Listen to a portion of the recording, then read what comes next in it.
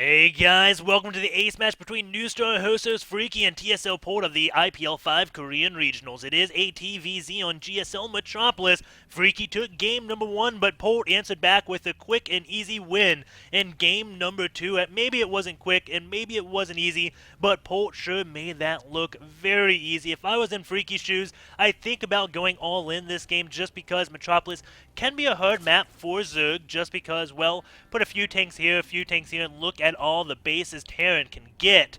And also, well, it is against Polt. But then again, I'd be double thinking any all-ins because Stefano goes Roach Bane against Polt all the time, and Polt just somehow managed to hold that almost every single time. So I don't know exactly what Freaky could be thinking right now. The Overlord will be scouting in the correct direction. We will see him probably send a drone scout at 12 or 13 supply like he has done in the past. We'll see if that is at 12 or 13. Next drone is being built. Is he going to scout? Yes, there we go. The drone does go off, and that will be off to scout. Going to go over here to see if this is the location Polt is at. It is not. And Polt looks like he will be going for a 12 racks. I thought he may go for a command center first on this map just because it is relatively big. But it's a good thing he didn't because that Overlord is trucking his way over to Polt's base. And if he saw a command center first, he may see a hole for damage. And I'm kind of curious how Polt will place his bunker. Like I said, on Entombed Valley, there was that really advantageous spot on here. I guess you could place it at right here, but I haven't really seen players do it. It's nowhere near as good as that bunker spot on Entombed Valley. We do have that one SCV coming up over here just to check if the Overlord is. But the Overlord goes over into this location. I don't know if Polt caught wind of that Overlord, but he is a little bit in the danger zone. Actually, no, he can just go over here and be safe against any Marines that will be coming out. Drone does come and now going to be attacking that one SV, but Polt again immediately pulls an SCV. The barracks isn't delayed one bit, and yet again we will have Polt going for a 1 Rax Expo. The question is, how will he follow up? He had his gas timings completely different times in game number 1 and game number 2. In game number 1, I think he delayed it a little bit too long because you do need that stim if the Zerg ends up going for an early gas. And in game number 1, Freaky didn't go for an early gas, but he still had speed well before Polt had stim. And in game number 2, he went for a relatively quick speedling opener and minimized the number of queens he built. So we'll see exactly what Freaky ends up doing. He's right now just taking control of this one extractor. The only thing this really helps for is you can see he is still building Marines to know, okay, it's not going to be like a Reaper expand, which you don't see anymore again because Reapers are useless because Queen's now outranged and you can't even hope to kite a Queen. How sad is that? But once Heart of the Swarm comes, I'd really like the whatever that crappy upgrade is called. It has a bad name, Combat Medicine or something. But I think that will make Reapers actually useful. The drone actually gets taken out misclicking. And Polt does get a relatively early gas considering this is the 1 Rax Expo. He is placing the bunker in this one location. And maybe he'll get the engineering bay again right here. And just block off that bunker so Lings cannot take it. Do have the Overlord coming off over here, just watching for drops going off in that one corner. This Overlord going to watch drops on the other corner. And Freaky, is he going to be getting more queens out? 2 did just pop out.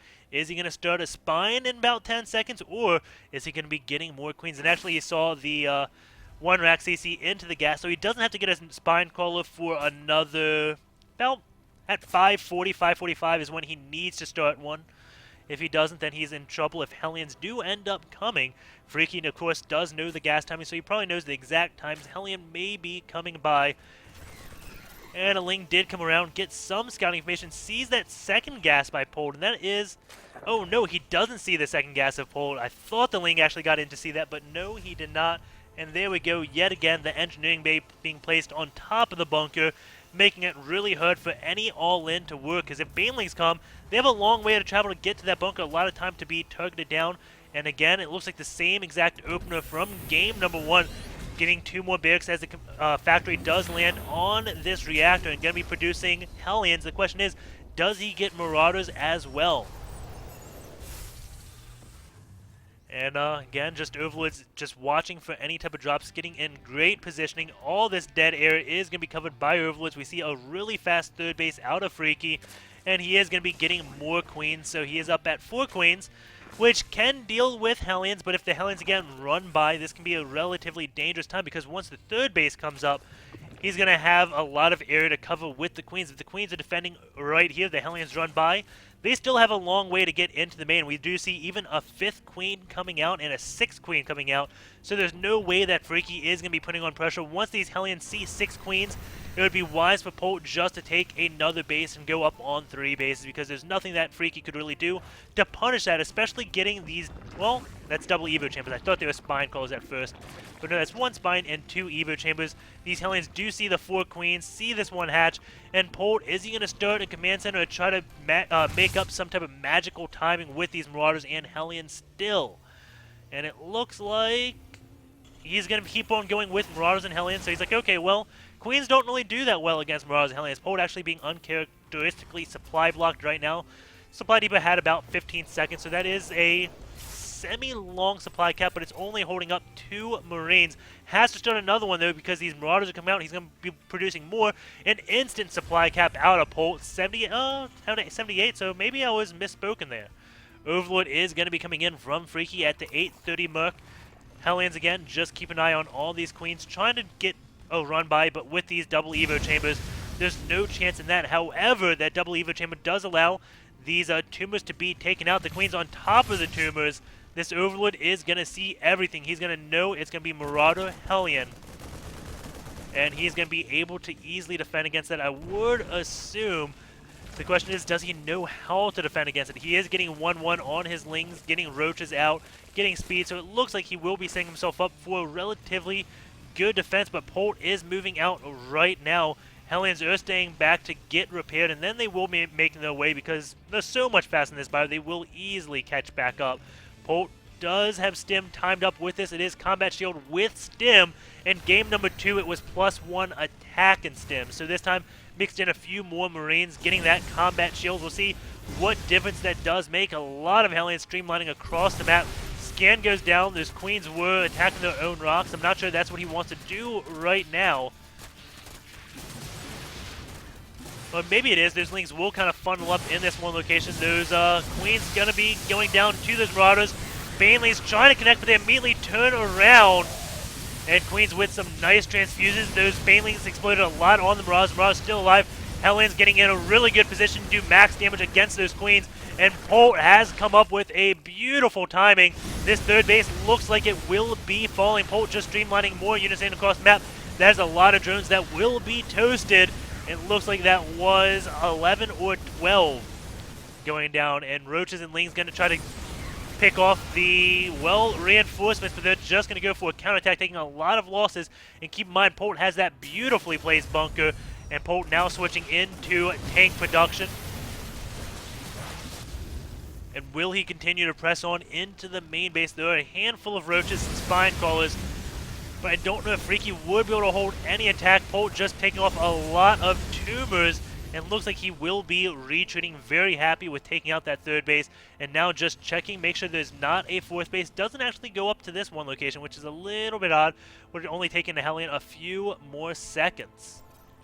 Meanwhile, Polt is getting more barracks up. His orbital command is just about done morphing, so he's going to have a relatively large economic advantage. But we do have mutas coming out, 48 drones to 52 SCVs, and Polt now just beginning that Marine production.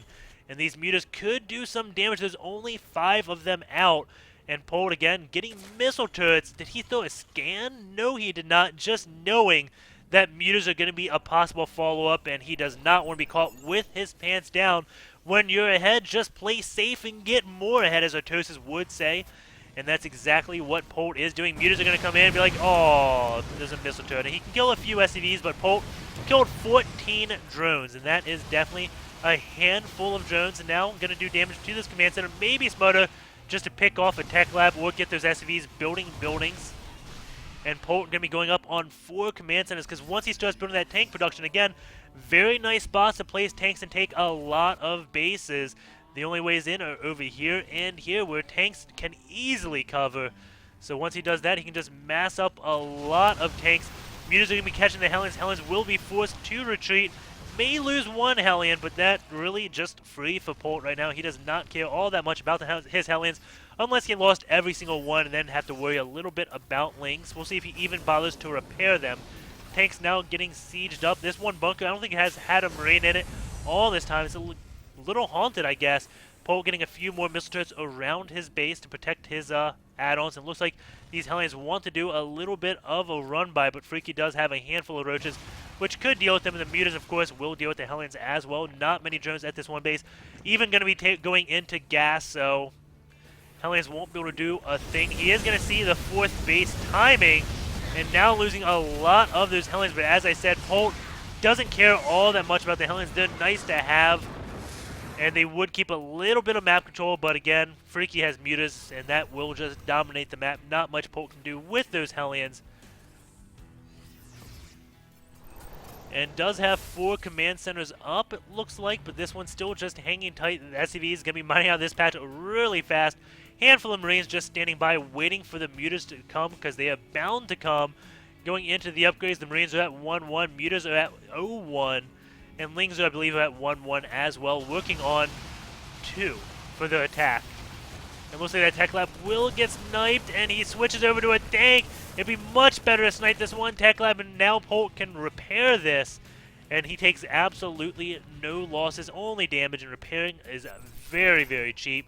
Does have +2 armor, so he is going to go to 2-2 on his Lings. Polt working on 2-2 and +1 on his vehicle upgrades. And that is so... Why do we have... So there's all spores, spines, and spore... Okay, spines and spore crawlers going along the edge of the base. Knowing that Polt may want to drop, but he has Mutalisks, which is a little bit odd to get so much defense against drops when you have this many Mutas on the field, because dropping would be really risky. And I love that Polt, he is one of the Terran players that does favor getting these mech upgrades. And it's so big because not only does it help the tanks tremendously, but when the game does go into the 30-minute mark, that means that you're going to have those Thors with upgrades, and the Broodlords won't have upgrades, the Corruptors won't have upgrades, and the Thors will just rain massive amounts of damage. It's just ridiculous how much damage the Thors will end up doing. We have a command center being built right here. It looks like it may even be a planetary fortress based upon its location. But Thors that have like +2 against no armored Corruptors, not really the strongest thing. And that one Overlord will be going down. Of course, it saw the command center and still has the one orbital over here gearing up to do some drops. But we can see the Overlord spread is relatively okay. On this left side, on the right side, it's marvelous. But on the left side, not really that good. A lot of Mutas are coming in. That is 16 Mutas. They can easily take out 1 missile turret. And there we go. 2 volleys. Missile turret goes down. SCVs are starting to run away.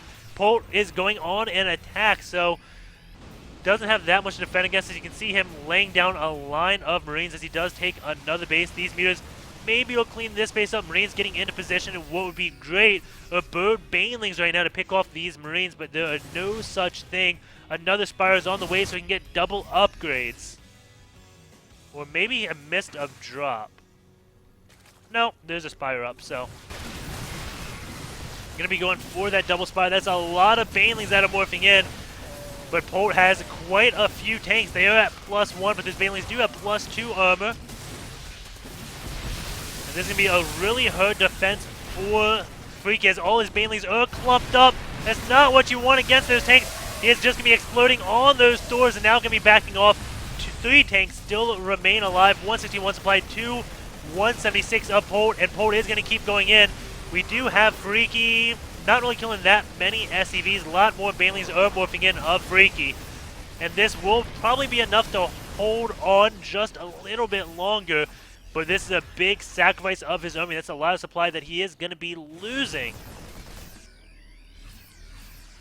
And Polt actually is even in supply. Both players near 200-200. We do have Lings and Banelings coming in. Lings trying to trap the Marines, but Polt getting a marvelous spread as those Banelings do come in.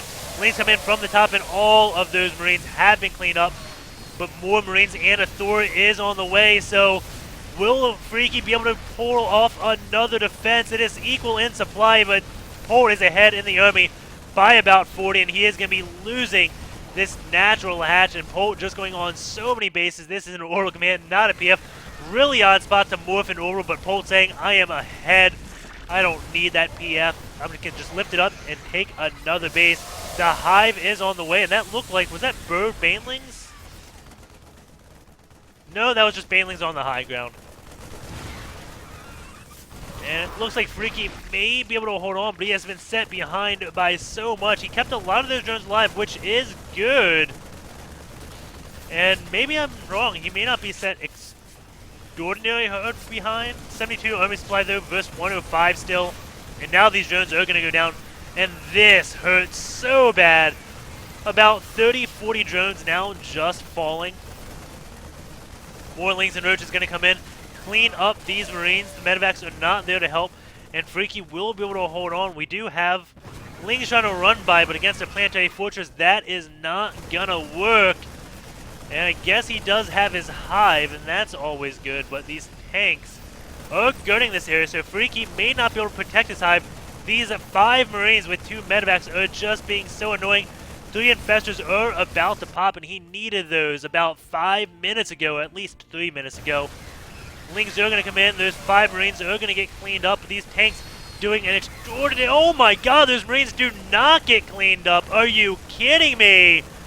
And this hive may not go down because he's now attacking drones. Infestors do pop, losing 1, and doesn't get fungals because he's worried about this pulling Mutas back, but the Thor raining down on that. Thors do have +2 attack. Mutas only have +1 armor. And those 5 Marines still alive. GG.Polt, showing us why he is the TVZ specialist. I hope you guys enjoyed the games. Take care, and I will see you tomorrow. And please, please, please subscribe. I can't ask you enough. And, well, if you are subscribed, tell some people about me. I've uploaded 3 great series. So plenty of games to watch. Need more subscribers and need more views. More subscribers, more views means more games. This is like 7 or 8 games in a day. I normally only do 1 a day. So if I got a lot more viewers on all my videos, I'd be able to do this every day. And wouldn't that just be amazing? There's always be a game you'd want to watch. And you'd be like, okay, well, I don't want to see a TVP, but he cast all the matchups every day pretty much. Wouldn't that just be a great world to live in? And you could always see what style you want to watch and whatnot. So, yeah, take care. I will see you guys tomorrow. Peace out.